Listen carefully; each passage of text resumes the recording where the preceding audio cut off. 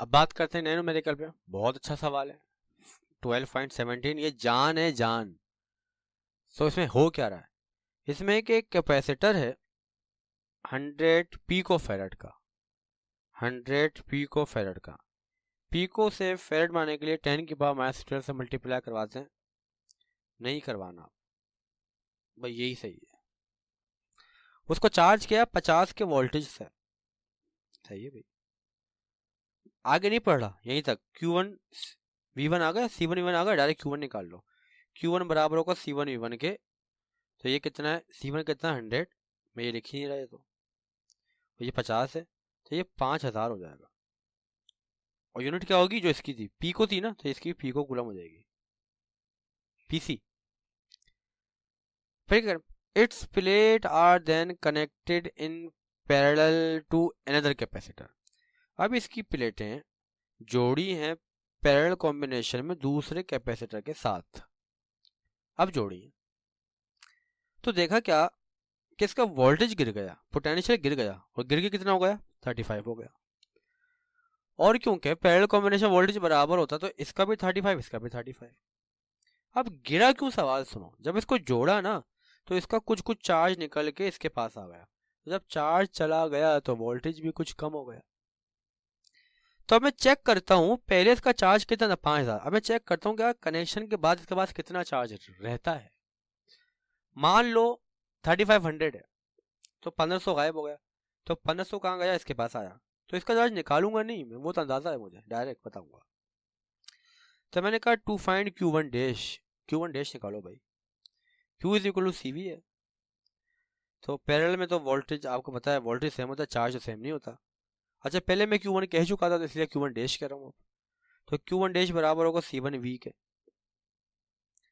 है ना। C1 कितना, एक्सपोनेंट तो कहीं लिखना ही नहीं है, एक्सपोनेंट तो कहीं लिखना ही नहीं है।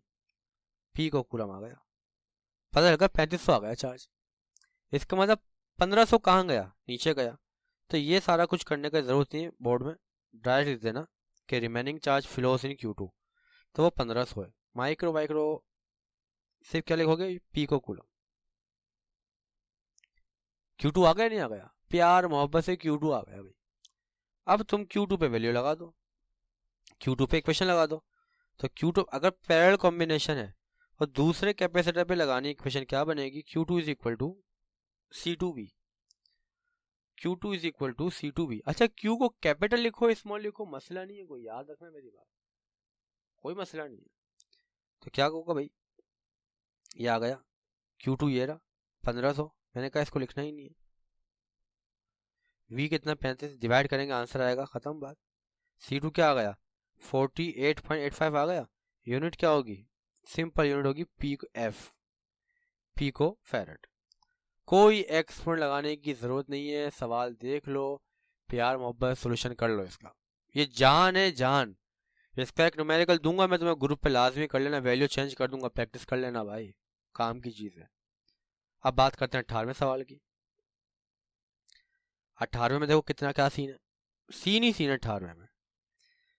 3 कैपेसिटर है, 1 पीको फेरेड कैपेसिटर 3, उनको चार्ज किया अलग अलग, एक को 100 से, एक को 200 से, एक को 300 से। दे कैपेसिटर आर देन ज्वाइंड, उसके बाद ज्वाइन क्या आएगी, डायग्राम बाद में आएगी।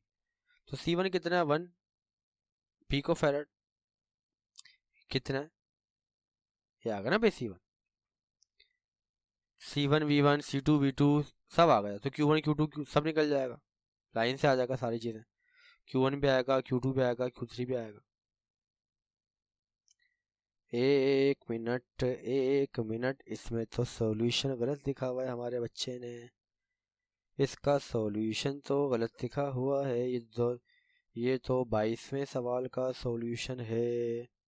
एक मिनट, ये तो 22वें सवाल का सॉल्यूशन है।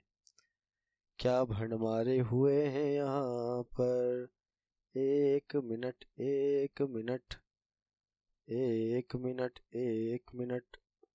गलती कर दी भाई यहाँ तो, ये तो सवाल ही नहीं है। ओ भाई गलत कर गया, यहाँ देखो मैं करवाता हूँ सवाल।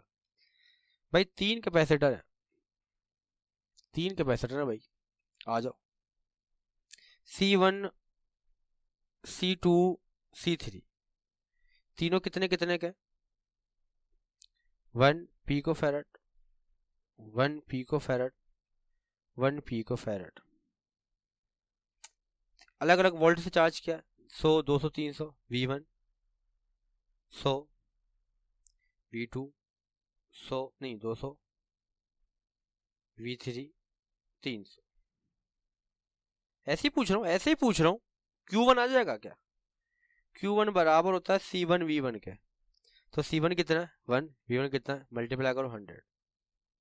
यूनिट क्या होगी पिकोफैरेड, पिको कूलम। Q2 क्या होगा बोलो 200 हो जाएगा। Q3 क्या हो जाएगा बोलो भाई 300 हो जाएगा, है ना। अब कह रहे हैं अब उनकी प्लेट ज्वाइन की parallel, what is the resultant voltage. उनकी प्लेट की ज्वाइन पैरेलल। अब जोड़ता हूं उनकी में पैरेलल प्लेट है।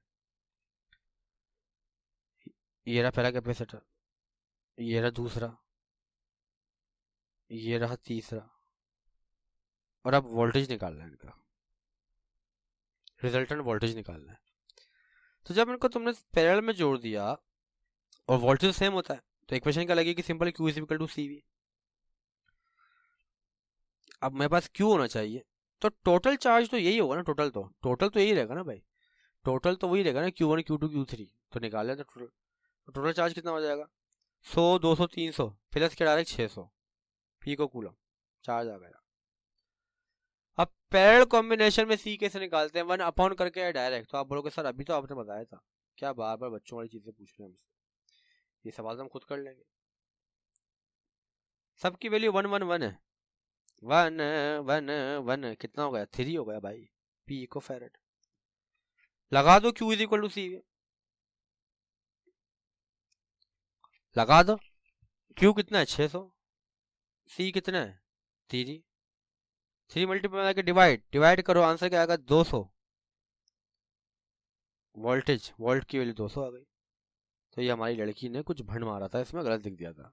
ये मैं लिखवा लेता हूँ तुम लोगों के लिए पहले ताकि मुझे बार बार देखना ना पड़े इसको, ताकि टाइम भी कम ज़ाया हो। लिखा हुआ तो जल्दी समझा देते हैं। तो ये इस बेटा इस तरीके से होगा, सही है ना भाई। इसको देख लेना अच्छे से। मैं एक काम करता हूँ थोड़ा जूम इन करता हूँ तो बेटा तस्वीर खींचे ना। ये 20वां सवाल है, समझ रहे बात को, सही है ना भाई। 20वां सवाल है, 200 इसका आंसर आ रहा है। अब एक और बात करेंगे आपसे, बातें बहुत करनी है भाई, बातें बहुत करनी है। अब बात करेंगे आपसे 22वें सवाल की। अब बात करूंगा 22वें सवाल की, मजे की बात सुनो। अ कैपेसिटर ऑफ 10 और 20, उनकी प्लेटों को अलग अलग चार्ज किया 600 से और 1000 से। अभी तो किया था मैंने ऐसा सवाल, अभी तो किया था सवाल ऐसा। C1 ये रहा, V1 ये रहा, मैंने कहा Q1 निकालो, फौरन ठक करके Q1 आ गया मेरे पास 600 नहीं बे 6000। क्या यार अक्सा को मैं क्या बोलूं अभी यार, 6000 3 0 होते इसमें। ये C2 है, ये V2 है। अबे Q2 निकालो 20,000, टोटल चार्ज कितना बना 26,000। जबरदस्त। अब उनकी प्लेटें जोड़ी पैरेलल, अरे वो तो वही सवाल बनता जा रहा है भाई, वही सवाल बनता जा रहा है। जोड़ दी प्लेटें जोड़ दी। कह रहे जोड़ने के बाद बताओ चार्ज क्या दोनों पे, क्योंकि इसका कुछ चार्ज यहाँ आ जाएगा, इसका कुछ वहां जाएगा। तो Q1 डैश Q2 डैश निकालना है। तो पहले तो C तो निकालो, पहले V होगा तो निकालेंगे ना, पहले C निकालेंगे डायरेक्ट क्योंकि पैरेलल कॉम्बिनेशन है, 30 आ जाएगा।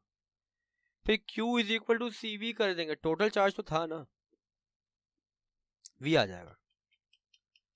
फिर बोलेंगे Q1 डैश बराबर है C1 V के, Q2 डैश बराबर है C2 V के, मल्टीप्लाई करेंगे आंसर आएंगे। क्या बात है, जबरदस्त। यहाँ कैपेसिटर के न्यूमेरिकल होगा तो चैप्टर 12 के न्यूमेरिकल पे होगा। चैप्टर 13 में बात करूंगा आपसे, 13 में बात होने वाली है मेरी आपसे। अगली वीडियो में चैप्टर 13 में बात होगी। इनकी प्रैक्टिस समय का बेटा ग्रुप पे ले लिया करो, काम आएंगे। तो प्रैक्टिस करोगे तो फिर बात बनेगी ना यार, ऐसे थोड़ी